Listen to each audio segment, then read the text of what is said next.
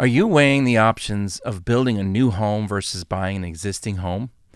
Today, I'll give you my 2 cents as someone who has done both and who's helped a lot of clients in both camps. Welcome to the Utah Homebuyers Quest podcast with Nelson Bars. Our mission is to give you hope, knowledge, and encouragement on your quest for home ownership. Housing affordability is at its worst point since 1986. Higher mortgage rates are impacting Utah's housing market. Potential buyers out there being priced out. It's getting tougher by the day to afford a home. Many factors are making it very, very difficult with no relief in sight. Homeownership may seem like an impossible mountain to climb in today's world. We're here to say that it is possible, and we're here to be your guide, to climb with you, to urge you forward all the way to the closing table. We believe in home ownership, and we believe in you. Well, welcome back to another episode. I'm glad you're here. It's been a while. We've been really busy at my office, busier than we expected to be during the winter, so it's been a little slower for me to get to the new episode, but I'm excited to be here and to be talking to you about this topic. My name is Nelson Bars. I've helped thousands of people buy homes over the years, and I'm here to help you. And congratulations to you for listening. I think it's a great way for you to find success in your home ownership, to educate yourself, and that's the point of this podcast, just to help you succeed on your journey to home ownership and to walk alongside you. Okay, so let's talk about this topic. Should you buy a new home or should you buy an existing home? Of course, only you can decide, but I'm going to point out some differences today. In the last few years, there's been a lot of people, a lot of clients that we've had who've gotten frustrated with the lack of inventory on the market. They would get pre-approved, they'd go look for homes, and they just couldn't find anything that they liked. Or if they did find it, they couldn't get it because there was 7 or 8 offers from other people trying to get that house. And so a lot of them turned to new homes to be able to get what they wanted with a little less competition and stress. Lately, however, that's not the case. We've had plenty of inventory this year on the market. It makes it much easier for you to find what you're looking for. And now it's really a dilemma that a lot of clients have, whether they want to build new or find an existing home. So today I want to break this topic down into 3 sections. First, I want to talk about the lifestyle differences of a new home versus an existing home. Having done both myself, I can kind of tell you what it was like. Second, I want to talk finances and about the investment value of a new home versus an existing home.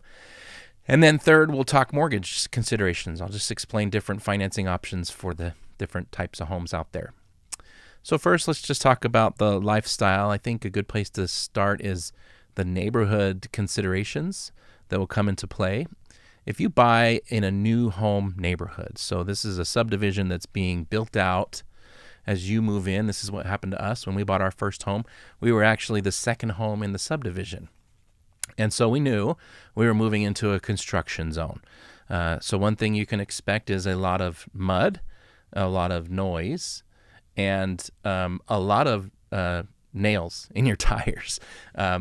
Now, we didn't at the time have a dog, but we do now, and I think it would have been very difficult living in that neighborhood if we had a dog, especially in our new home if that dog was tracking in mud over and over again. So think about that.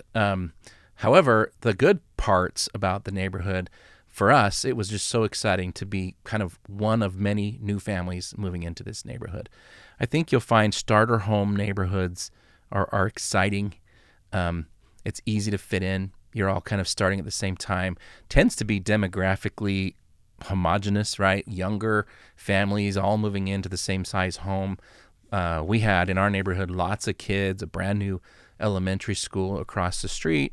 And that excitement translated into just a lot of events, yard party, what do they call them? Block parties, barbecues. We helped a lot of neighbors with yards and moving in. It was great fun, right? Existing neighborhoods tend to be more diverse. So after 10 years in that home, we bought an existing home. And we've been, we've had a much more of a mix of young families and old families. We have a lot of retired people on our street as well, and we enjoy that too. So in our experience, we felt like it took longer for us to fit in in our second neighborhood. There was a lot of existing relationships there, and we were the new people. But over time, we've made really, really great friends with a lot of different age type of people, different families, and there's new young families moving in all the time as the ones who originally built the homes move out, and so it's been good as well.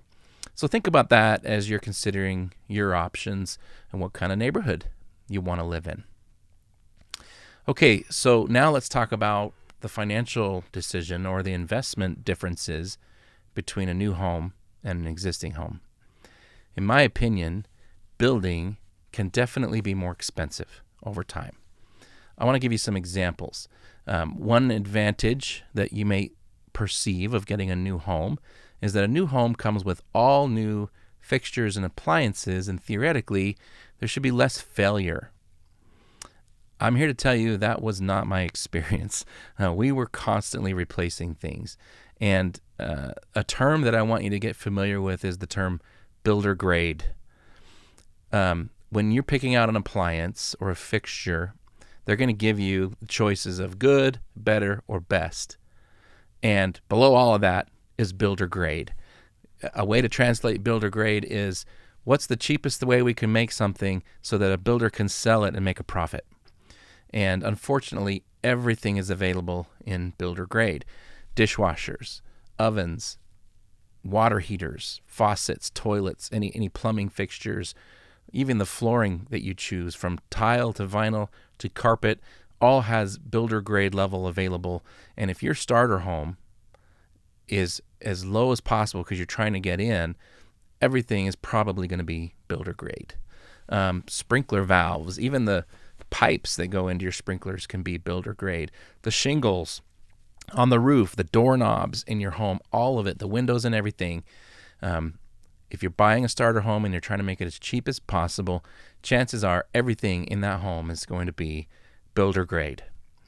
And our experience was we replaced just about everything in our home in the first 10 years. And it kind of made me mad. I was pretty shocked at first. The first thing that failed was a dishwasher in our home. We also had a water heater fail fairly quickly, and I just remember being so upset. I bought a new home. Why are things failing?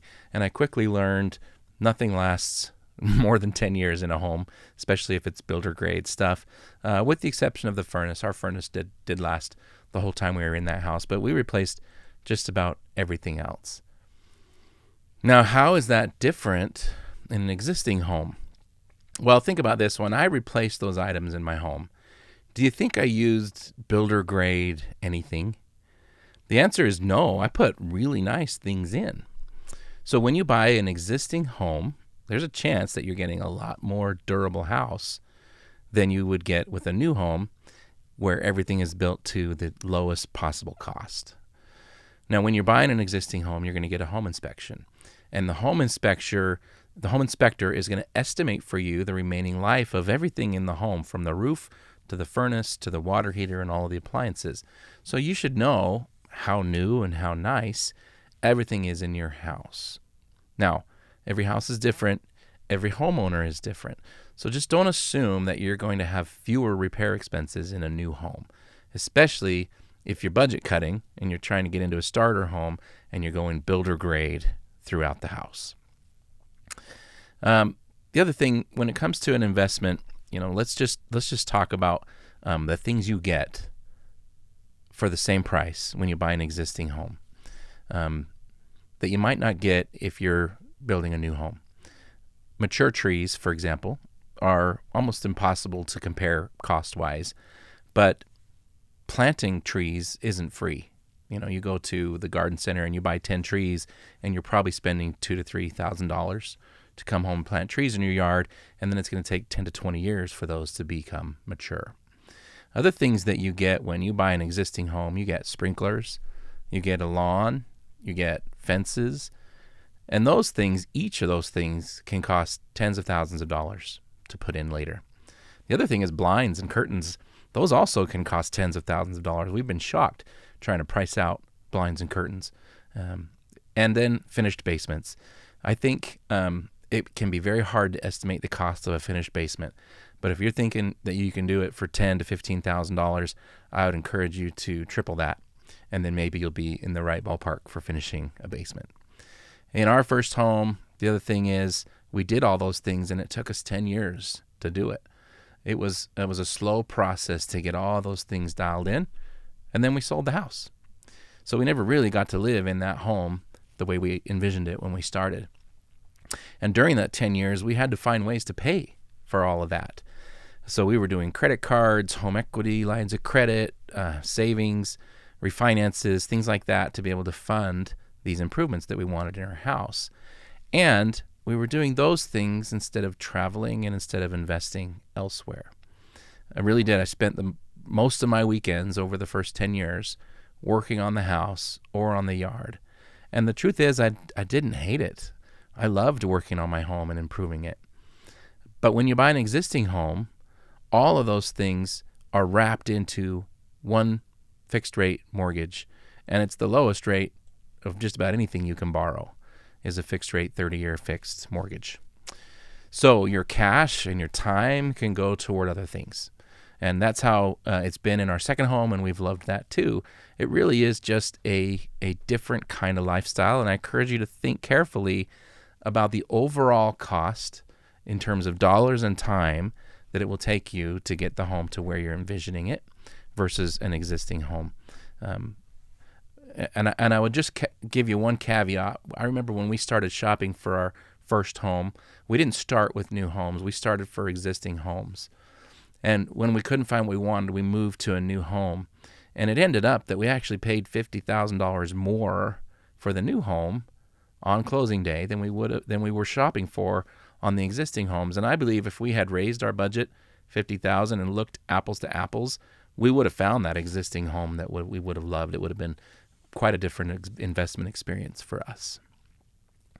Okay, so now another thing you might be wondering about on the financial side is, will an older home appreciate the same as a new home?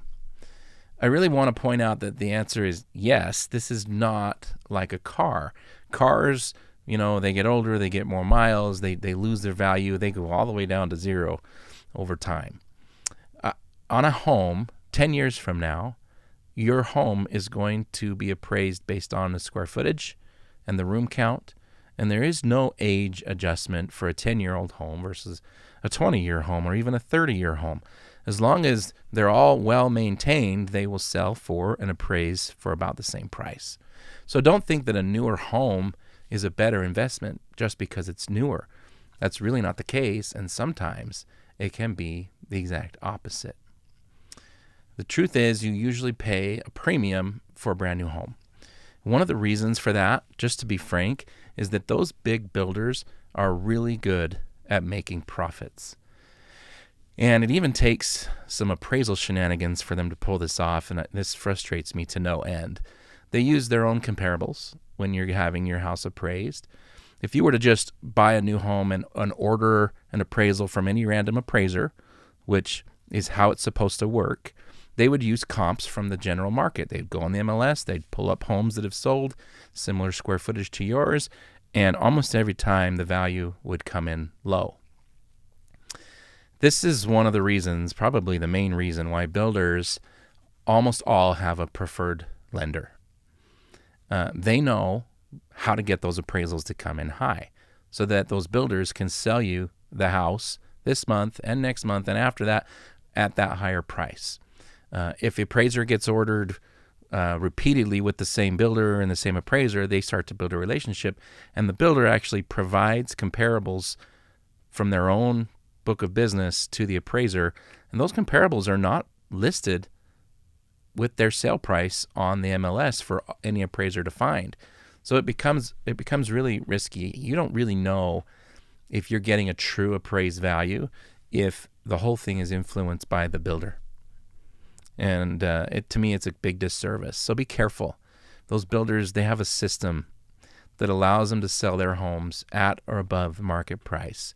And you probably won't even know what's going on behind the scenes.